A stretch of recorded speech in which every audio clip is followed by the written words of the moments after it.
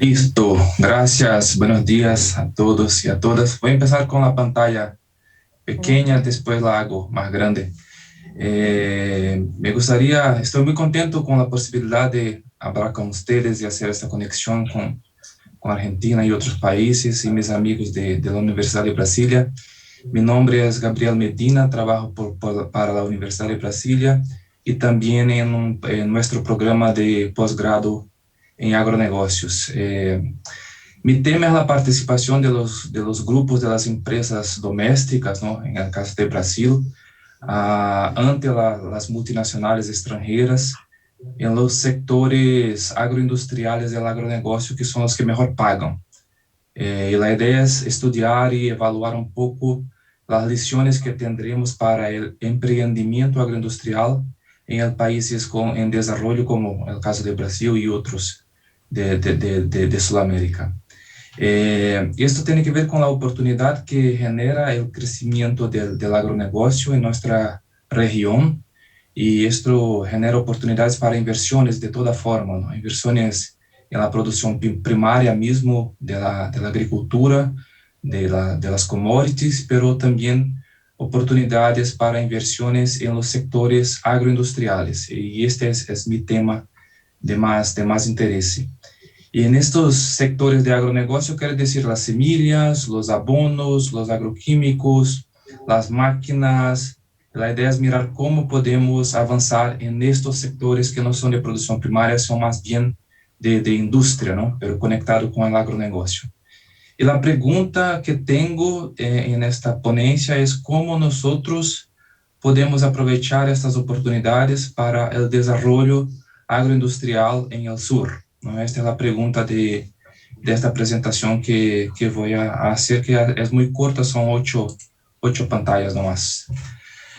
Esto que voy a presentar los datos están en el artículo que les he enviado hace un rato, hace un mes creo, y también en este paper que ha sido publicado en la Land Use Policy, que tiene los datos en detalles, ¿no? Los datos que voy a presentar hoy están muy agregados, pero los datos por detrás de eso están aquí publicados en este paper de Land Use Policy. Y en resumen, lo que tenemos en este estudio es la evaluación de 4 cadenas principales del agronegocio brasileño, que son la soya, la caña, el leche y la carne de vacuno. Y hemos mirado cómo está la participación de las empresas brasileñas en estas 4 cadenas de producción para estos sectores principales, ¿no? De las semillas, de los abonos, de los agroquímicos, de la producción misma en la hacienda, en las máquinas y en la parte de procesamiento y comercialización y exportación de estos productos. Y lo que hemos encontrado es que hay 3 escenarios principales, ¿no? El primer es el que está en rojo en la figura, que es el escenario donde las multinacionales extranjeras tienen más de 75% del market share, de la participación de mercado, y las empresas domésticas tienen una participación más pequeña que 25%, ¿no? Entonces, ejemplos de estos casos de gran control por extranjeros están el caso de la semilla de soya, donde la Bayer de Alemania tiene un gran control aquí en Brasil y en otras zonas también. El tema de los agroquímicos, ¿no? La industria química en general brasileña no es muy fuerte. Hay razones históricas para eso, claro. Y donde nosotros tenemos un poco de participación es con los productos que son genéricos, ¿no? No los productos de vanguardia, los patenteados. Estos con patentes están bajo control de los extranjeros, y donde jugamos un rol es con los genéricos aquí en Brasil, en la parte de química. También en rojo, con gran control multinacional, están algunos sectores de máquinas, por ejemplo, los tractores que se usan la cultura de la soya en general de afuera. A mí, digo, se producen aquí en Brasil, pero los dueños de las empresas son multinacionales, ¿no? Y también el procesamiento y la comercialización en el caso de la soya. Entonces, la soya es una cadena que es en general muy controlada desde afuera y donde nosotros en Brasil jugamos un papel muy pequeño. Pero también hay otros escenarios, y ahora me voy a lo que está de verde en la figura, que son los sectores donde hay una gran participación de las empresas brasileñas, y en general porque hay apoyo del Estado. Y esto podemos discutir seguro, pero el hecho es que en los sectores donde las empresas brasileñas juegan un papel importante, hay apoyo del Estado. Por ejemplo, acá en la caña, en el desarrollo de las variedades de caña, ¿no? Una red de universidades que se llama RIDESA tiene un rol muy importante. También en el desarrollo de semillas de pastos para ganado. Esto aquí la Embrapa tiene un rol importante de desarrollo tecnológico que les pasa después a las empresas que van a hacer la parte comercial de las semillas. Claro, también en la producción misma, en la hacienda, ¿no? Porque en general los finqueros son de Brasil, claro, y también hay mucho apoyo del Estado con el crédito, que es subsidiado en Brasil. Y por fin, es muy interesante que la parte de los frigoríficos, no sé si la palabra en español es frigorífico, pero el procesamiento de la carne de vacuno, aquí las empresas brasileñas también tienen un rol, y porque hay un aporte importante del Banco Público BNDES, ¿no? Entonces, estos son los casos donde los grupos domésticos tienen un rol, y una mayor participación del mercado, un market share más grande. Por fin, hay los sectores que son mixtos, que son muy interesantes también porque estos sectores tienen los beneficios de los aportes de las inversiones de afuera, ¿no? Entonces, es inversión que entra al país, y también los grupos brasileños, sin apoyo del Estado, logran una cierta competencia en estos sectores, sin gran apoyo del Estado. Estos son los sectores que están aquí en amarillo, son los mixtos. Y por fin un detalle que llama la atención, pero hay que decir, en naranja hay un solo sector donde los grupos brasileños tienen un rol muy importante sin aporte del Estado, que tiene que ver con las máquinas, los equipos que se usan en la cadena de la producción de vacuno en Brasil, porque son tecnologías muy sencillas, muy simples. Y aquí no hay patentes, por lo tanto los internacionales no tienen mucho interés a lo mejor. Esta es una interpretación. Entonces, este es el escenario para estas 4 cadenas, y me voy ahora a profundizar el análisis sobre esto, ¿no? Un poco lo que me gustaría discutir con ustedes es que para el primer caso en rojo del control por extranjeros, en algunos sectores ya se hace muy difícil la entrada de grupos domésticos a este punto, desde mi punto de vista, porque los aportes de capital para se lograr a competir con estas empresas serían muy grandes. Por ejemplo, en las semillas de soya, ¿no? Es una tarea muy difícil llegar al punto de competir con Bayer. No es una cosa, es un reto muy grande. En los sectores mixtos es interesante este hecho de la participación de inversiones domésticas y las extranjeras. Hay un aporte conceptual académico de los Foreign Direct Investments. Hay una discusión muy interesante en esto, entonces creo que merece la pena discutir un poco esto también. Y por fin, en los sectores domésticos, mi interpretación es que hay dos casos importantes de aporte del Estado. En el primer caso, es un aporte para el desarrollo tecnológico mismo, ¿no? Por ejemplo, en el desarrollo de las variedades de caña, que es un aporte que es importante para toda la cadena. Pero hay otras formas de aporte que son más direccionadas a algunas empresas, a algunos grupos específicos. Por ejemplo, en los frigoríficos de de procesamiento de carne vacuna. Esto han sido algunas empresas las que han logrado la inversión del Estado para llegar a ser grandes, ¿no? Entonces son estrategias diferentes. La impresión que tengo yo es que las inversiones que se hacen más generales en ciencia y tecnología tiene a apoyar el desarrollo de la cadena en su conjunto y no solo para algunas empresas específicas, ¿no? Entonces, este es lo que he sacado de esta evaluación inicial que estoy haciendo de este tema.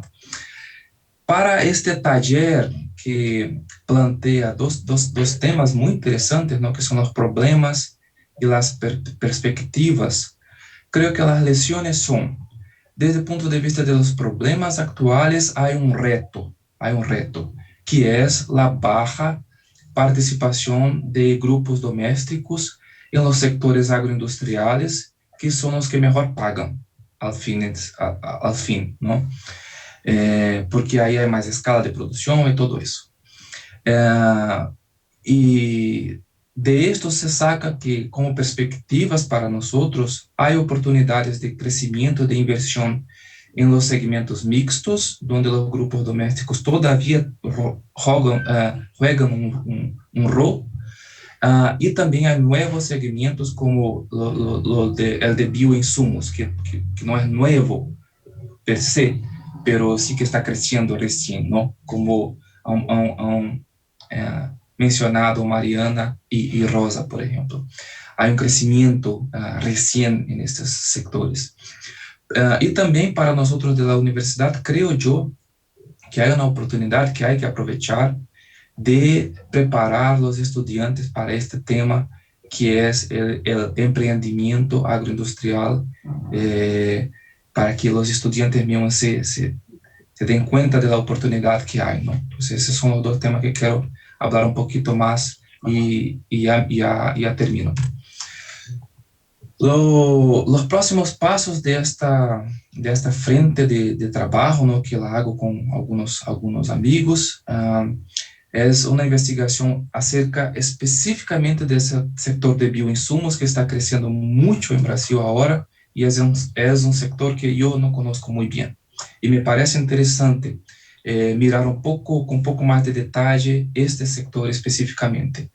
Y para eso yo planteé un postdoc en la Universidad Nacional de Rosario, que lo empiezo en la próxima semana. Entonces en el próximo viernes yo me voy a Argentina por algunos meses y voy a trabajar con amigos de allá en este tema. La idea es conocer un poco más los casos de suceso de empresas de Argentina y Brasil que han logrado consolidarse en este mercado. Y también estudiar dónde hay casos de colaboración entre estas empresas y centros de innovación, como los centros de innovación de universidades, ¿no? Donde hay esta posibilidad de colaboración para el desarrollo mismo de los productos de bioinsumos que se van después al mercado. De lo poco que compreendo de este sector de bioinsumos, aquí también las multinacionales tienen un rol importante. Hay grupos fuertes de Holanda, de Francia. Hay una relación muy interesante entre las empresas que desarrollan los productos y las tiendas que venden estos productos después. En muchos casos son los mismos grupos económicos. Y hay casos interesantes de grupos domésticos en Argentina, en Brasil, por ejemplo, acá cerca de nosotros está la empresa Moara, que es una pequeña empresa, pero que ha crecido exponencialmente en los últimos años. Entonces, de alguna forma, este es un sector donde los multinacionales aún tienen una participación muy grande, pero todavía los pequeños, los domésticos, logran entrar, logran acceder a este mercado. Y esto me interesa conocer un poco más porque es así, ¿no? Y el otro tema es trabajar esto como una acción de apoyo a los estudiantes y al tema de emprendedorismo. Esta es una cosa más local que estamos haciendo aquí en la Universidad de Brasil. Por fin, esta es la última pantalla. Y la hago con preguntas, ¿no? Que son preguntas que tengo para este grupo que me parece muy interesante. Yo me puse muy interesado en participar de este taller desde el principio, cuando Marlon nos invitó, porque estamos hablando con economistas en muchos casos, y son la gente que más pone energía para comprender estos procesos. Entonces creo que este taller para mí es una oportunidad muy interesante de hacer contactos, networking y a lo mejor lograr algunos insights de cómo contestar a estas preguntas. Las preguntas las leo, ¿no? Son las que tengo ahora. Son cómo podemos aprovechar estas oportunidades del crecimiento del agronegocio para el desarrollo industrial en nuestros países, específicamente cómo ir más allá de la producción primaria de commodities agrícolas, donde sí tenemos un rol importante, pero cómo ir más allá de eso, ¿no? Y para ir más allá, cómo desarrollar un sector agroindustrial en Brasil, en Argentina, en otras partes, y cuál es el papel del Estado en esto, ¿no? Es una pregunta importante. En cuando empezamos el taller de hoy, ese es un tema que ya apareció. Y por fin, estoy en busca de un marco teórico para todo eso, ¿no? Hay estos avances de la CEPAL que han sido muy importantes para nosotros en Sudamérica, hoy ya no tanto, pero todavía hay avances ahí. Y aquí en Brasil hay la gente pensando el concepto de nuevo, le voy a decir en portugués porque no hay traducción todavía, o novo desenvolvimentismo, que es economistas como Bresser Pereira y esta gente que está pensando cómo podemos trabajar nuevas propuestas de desarrollo que incluyen el sector industrial para países como los nuestros. Muchas gracias por la oportunidad de conocerles. Aquí está mi correo y voy a seguir el taller hasta el final, y después a lo mejor le escribo a uno de ustedes para hablarnos un poco más. Y por favor, si tiene interés de hablar un poco más de este tema que presento yo hoy, sería un gusto para mí estrechar la comunicación con ustedes. Muchas gracias por la invitación y por la oportunidad. Bueno, muchas gracias, Gabriel. Bueno, como cumplimos con el tiempo y forma, la verdad que las tres exposiciones estuvieron muy bien. Por ahí habría preguntas y consultas que ustedes crean convenientes. Tenemos acá. La clase nada que ver. No es acá. No, dale. Bueno, volviendo. Bueno, estamos abiertos a preguntas, consultas que quieran hacer. Si no arranco yo, pero si no. Tengo una pregunta para el primero que tomó ahí. Pedí, Carlos. No, si en todo el análisis que él hizo, ¿me escucha? Sí, escucho. Si tomaste en cuenta las alianzas, fusiones, cambios de nombre que tuvieron las transnacionales en todo este periodo. Por el 2016 y el 2017 hay muchas transnacionales que se fusionaron, cambiaron de nombre, se compraron unas a otras. Esos elementos que pueden complicar el análisis que hay que tomarlo en cuenta en ningún lado. Y después el otro tema que me interesa, me gustó mucho tu presentación, pero ¿cuál es me hubiera gustado ver más sector privado nacional, sector privado transnacional, como separado? Es un comentario que yo hago. Y después el tema del papel del financiamiento en las empresas públicas. El financiamiento privado en las empresas públicas, tipo Embrapa, tipo IAC, porque supongo que hay algún tipo de financiamiento privado que apoya a la investigación pública, digamos, a la generación del sector público. Son comentarios para que lo piensen, no son ni siquiera para que lo contesten. Bueno, yo la verdad que no sé si hay uno otro más. Sí, también un poco, Eric, ir por ese lado justamente de pensar cómo vos ponías, ¿no? Crecer la producción, presentaba la productividad, pero ¿presentaste para soja o en todos los cultivos que pusiste la productividad también cambió? Esa es una pregunta. Y para el caso de Mariana y Rosa, digamos, más que nada, Yo sé que esto eran como dos ejemplos y con porcino, pero hay otras alternativas, digo, aparte del porcino o otras experiencias que van en esta línea que ustedes estaban investigando, y si un poco podían contar esto de la comunidad circular, si podían ampliar un poco más. Esto es un concepto, una idea, algo que por ahí quedó corto, pero si lo pueden contar para ampliar. Y después, bueno, para Gabriel, la idea del marco teórico a mí me parece que acá quedó en esta mesa más que claro, digamos, ¿no? Tenemos un caso práctico de una alternativa, pensar la biomasa, sabemos cómo están los cultivos en base a fertilizantes, agroquímicos, que también habría que buscar una alternativa, que justamente la que plantea Rosa y Mariana, ahí, con la idea del porcino. Pero el marco teórico me parece que es clave, y recuperar el estructuralismo y la teoría de la dependencia, por ahí, Gabriel, creo que es por ahí, digamos, no son dos cosas separadas, son dos cosas juntas. Y bueno, los dos autores que elegiste me parece que son el principio. Hay otros, digamos, ¿no? Pero son el principio para. Así que yo quiero, más que nada, felicitarlos por esta exposición, que la verdad que me gustó mucho, y bueno, después veremos en profundidad los trabajos. El que quiera arranque, digo, tome el guante.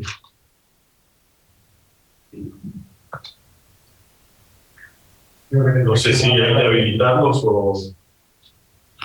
Acá estoy. Estaba reactivando audio. ¿Empiezo yo, les parece? Dale.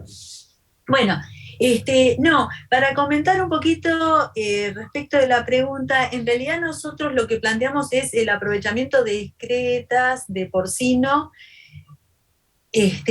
y otras excretas de ganados y residuos de cosecha. O sea, nosotros planteamos el aprovechamiento de residuos de todo tipo, de agropecuarios e incluso agroindustriales, o sea, todo tipo. Nosotros enmarcamos siempre en el trabajo agropecuario, en el sector agropecuario, no residuos urbanos, pero de producción agropecuaria. De hecho,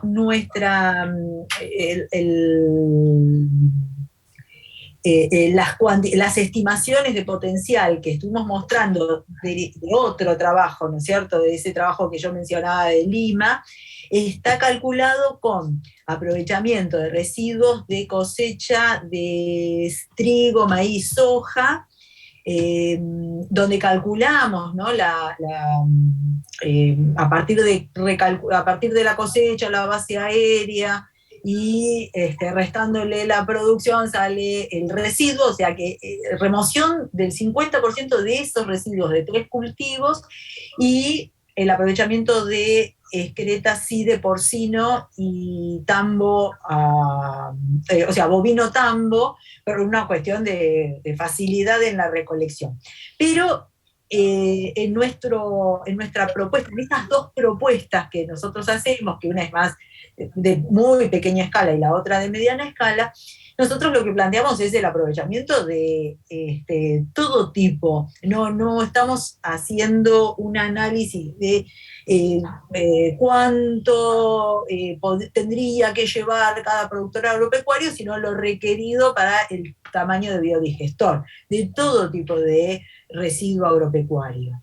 Así que, y esto es lo que lo enmarca también en lo que es la economía circular, porque justamente por eso el biogás hecho correctamente, ¿no es cierto?, que es una tecnología bastante desarrollada en Italia, que tiene que ver con integrar los sistemas productivos, aprovechar los residuos, reconvertirlos y transformarlos en una materia prima. Y esto es digamos, el centro, la idea principal, ¿no es cierto?, de la economía circular, el tratar de que esos residuos, que en la economía lineal, ¿no es cierto?, eran muchos, y en la economía del reciclado se achicaron, tratar de que no haya residuos.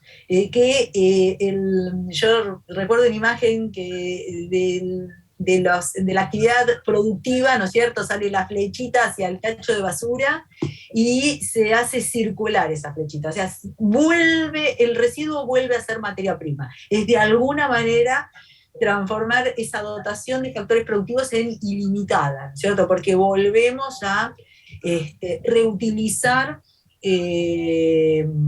los desechos y transformarlos en nueva materia prima, nuevo insumo de la producción. Entonces ese es un poco nuestro objetivo, lo que nos contiene, ¿no es cierto? Nuestra idea principal, hacia dónde vamos. No sé si estoy contestando todo, me parece que sí, pero... Sí, yo claro. Bueno, muchas gracias.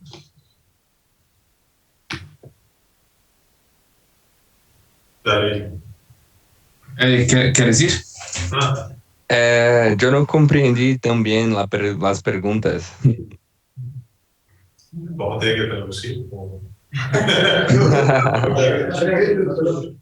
Acá nos traduce. No, aquí. Vamos a tener que repartir. Pelo meu entendimento, foi um pouco das mudanças que ocorreram nas empresas, né? Nesse período, algumas que estavam com outro nome, a própria Bayer, né? Que anteriormente era Monsanto, né? Então, como se tratou essa questão das mudanças das empresas, fusões, aquisições? Tinha outra pergunta. Lo otro era separar lo transnacional de lo privado. Então, como que você fez essa separação entre capital, o que é nacional e o que é transnacional? Uhum. Ok. Y la otra que era sobre, sobre la... Primero... Así interpretamos las dos. Si aparte de soja, ¿qué otros cultivos habían tenido productividad diferente? Uhum. Ok. ¿Qué otros cultivos aparte de la soja? Creo que puso la soja. Ok. A primeira pergunta eu sou da indústria, né? Atualmente eu trabalho na Corteva AgriScience e acompanhei de perto todas as mudanças que ocorreram no cenário e através dos dados, quando a gente pega as instituições, algumas entidades jurídicas ainda não estão atualizadas. Por exemplo, os dados que foram computados como Bayer, no Registro Nacional de Cultivares ainda aparece como DEPL, que é uma empresa subsidiária da Monsanto, que depois foi adquirida pela Bayer. Da mesma forma, a Corteva AgriScience, a Codetec, que é uma empresa, um player importante principalmente para a soja, foi adquirido pela Dow AgroScience e depois da fusão da Dow com a DuPont, veio a Corteva. Muitas coisas, se eu não tiver algum conhecimento prévio, é muito difícil de mapear. Então, já com conhecimento prévio das mudanças que ocorreram na indústria, eu fui fazendo uma pesquisa mais aprofundada para conseguir ali classificar, né, essas mudanças que ocorreram na literatura. Acabei não comentando sobre isso, estava na apresentação, mas acabei pulando, mas realmente era um dos aprofundamentos que eu tinha que fazer sobre essas mudanças que ocorreram, que basicamente é uma consolidação, né, das mudanças que vem ocorrendo lá desde a década de 90, de fusões e aquisições. E em relação à classificação como empresa nacional, transnacional, também como a separação foi pelos 5 players principais, eu fui fazendo uma pesquisa aprofundada sobre da onde era a origem dessas empresas e classificando em nacional e multinacional. Da mesma forma para as instituições públicas, o que era público e o que era privado. Por fim, em relação à produtividade, eu apresentei ali o gráfico de produtividade de grãos, de maneira geral. Claro que soja e milho tem uma evidência muito maior em relação ao trigo, o feijão e o arroz no Brasil, mas de maneira geral a gente teve um acréscimo na produtividade dessas culturas também. Não cheguei a aprofundar na produtividade ali para cada cultura, e pode ser feito no futuro.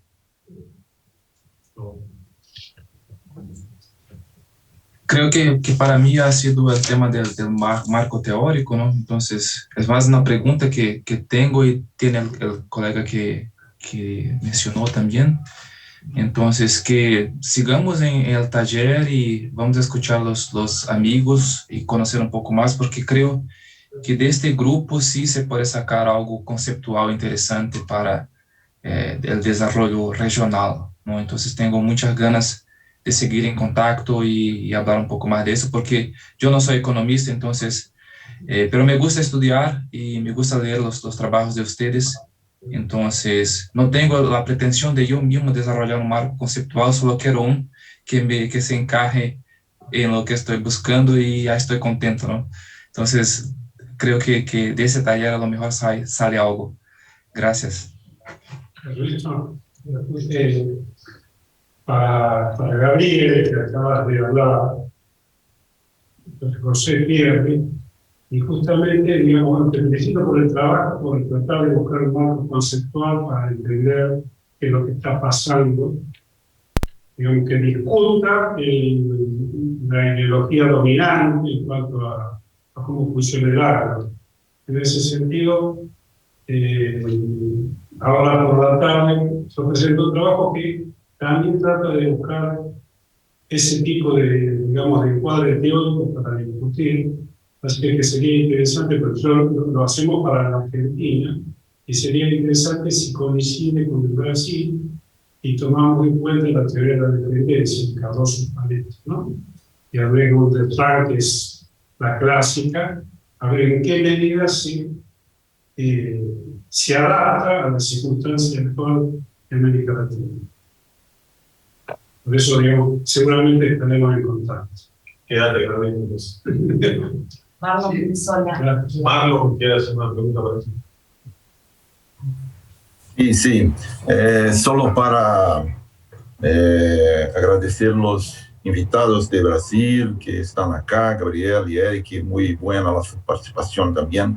El pedido de Gabriel de una acción conjunta para nosotros es muy importante, que estamos en este grupo, estamos siempre avanzando para esto. Y decir que, Mariana, si la Universidad de Brasilia hubiese biogás, Gabriel no tenía que cambiar de dirección para su casa, porque se bajó energía por allá. Pero hay que una pregunta para Gabriel, una pregunta muy desafiadora, un reto muy importante, Gabriel. La soja es un caso específico que pasaste para nosotros. ¿Tú ves la necesidad de alguna acción de gobierno brasileño, por ejemplo, para cambiar esta situación de la participación extranjera en los mercados de toda la cadena de soja? Si sí, ¿cómo tú ves la posibilidad de esto? ¿Qué nos dices a respecto? Porque creo que en la Argentina no debe ser diferente de esta situación. Sí, gracias Marlon. Es un reto porque hoy hay reglas, ¿no?, para subsidios y aportes a sectores económicos de la organización del comercio mismo. Entonces, un país ya no puede, como antes, seleccionar un sector y decir, mira, te vamos a subsidiar y para protegerte. Hay reglas de la Organización Mundial del Comercio que se hace penalidades para países que hacen eso. Entonces, no, ya no es como antes, ¿no? Pero aún así creo que estratégicamente se puede hacer aportes del Estado, y creo que si se hace aportes del Estado para el desarrollo tecnológico y científico, que no son en beneficio de una industria específica, pero para el beneficio del sector como un todo. Y cuando yo digo sector como un todo, yo digo sector que incluye las empresas domésticas y también las extranjeras, claro. Ahí creo que un aporte más generalista, más genérico, no tendría mucho problema. Especificamente para el caso de Brasil, que tiene como principal política agrícola el crédito subsidiado y el crédito subsidiado de costeio, ¿no? Que tampoco sé cómo se traduce el término costeio, pero es la plata que va al productor para que haga la siembra y se devuelve para el Estado después de la cosecha. Entonces, esta política, casi toda la inversión del Estado brasileño de política agrícola se va para eso, ¿no? Y eso no nos arranca, no nos pone adelante. Es como, solo nos mantiene haciendo el mismo. Entonces, hay que pensar un poco de una política que se va allá de la producción primaria y haga algunos aportes pensando estratégicamente en los sectores agroindustriales, con ciencia y tecnología, yo creo. Muchas gracias. Solo una cosa más, es que el sonido de acá, de nosotros que estamos de forma virtual, no está muy bueno para la participación de la platea, de los presentes presencialmente. Es por eso que el sonido no está muy bien. Muchas gracias, Gabriel, y a todos por ahí. Vamos entonces. Fíjate que te quería... Marcelo quiere hacer una pregunta. No, es un comentario sobre el tema teórico, conceptual y demás, que justamente creo que es una parte de la problemática que hay detrás de las políticas de cambio climático. Es decir, justamente ese tema, vamos a empezar con ese tema junto con Galperín, con Hernán Neira, y es un poco que la otra cara de esta historia, que es ver, digamos, un poco cuál es la ideología dominante y a qué políticas internacionales, económicas, esto está dando origen, ¿no?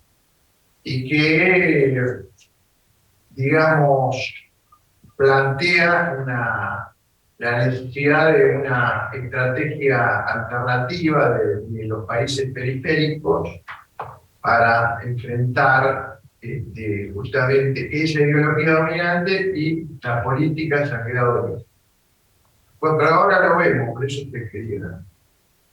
Dale, sí, invitarlos también, obviamente, a quedarse el resto de la jornada. A la noche, justamente, la tarde, ¿no? El 7 está programado la exposición de Omar Príncipe, que es un ex Federación Agraria, presidente y aparte productor, que justamente él está ensayando el tema de la agroecología. Por ahí, Mariana, yo no sé si lo que vos presentaste se enmarca también en esas corrientes, porque también la agroecología sería parte de esto, no sería, pero bueno, él estaba ensayando y muchos productores están ensayando alternativas a cómo producir de una forma menos contaminante. Así que los invitamos a quedarse y bueno, nada, creo que si no hay más, acá otra consulta, comentario. Sí, una pregunta para Mariana y Rosa.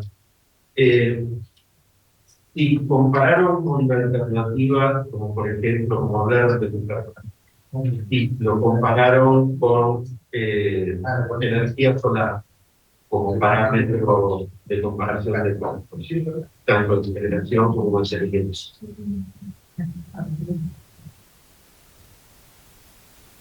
No sé, Rosa, si vos escuchaste mejor las preguntas. Yo no escuché demasiado bien. Si pudieran hacer la comparación con energía solar. No, nosotros no hicimos comparación con energía solar. Lo que sí vimos, por ejemplo, en las líneas de financiamiento para PERMER, ¿no? Las de hogares alejados de redes, de suministro de energía o de suministro de gas. Casi todos hay muchísimos proyectos y todos los proyectos son de energía solar. ¿Son Eh, fotoeléctricos la gran mayoría. o eólicos también? Sí, exactamente, solar y Parques eólico. eólicos, sí. Sí. Pero nosotros no hicimos comparación porque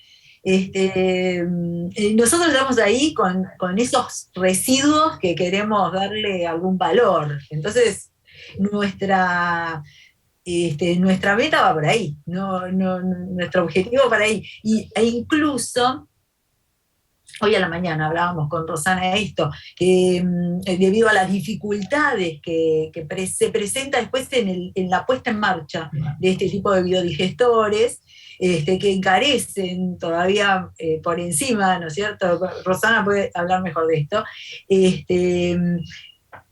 La realidad es que no es el valor que tienen, nosotros teniendo, qué sé yo, vaca muerta ahí con un montón de gas, y hacer inversiones para esto o aplicarlas a fósil, resultará seguramente mucho más atractivo fósil, pero además porque tienen un plazo de vencimiento de alguna forma, ¿no? En unas décadas, o sea que es ahora o nunca, pero lo que pasa es que acá la cuestión va por el lado de la sustentabilidad, y esos residuos están, o sea,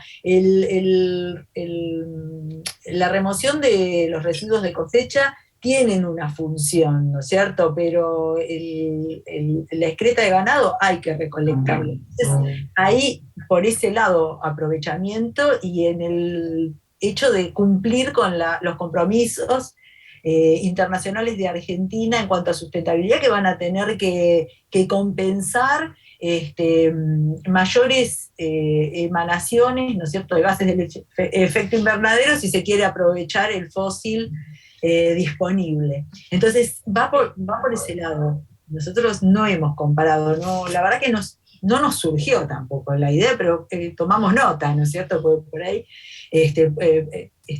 puede ser una buena línea de análisis el comparar con otras fuentes no convencionales sustentables.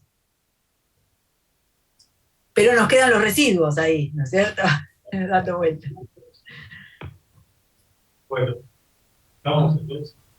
Bueno, muchas gracias a cada uno por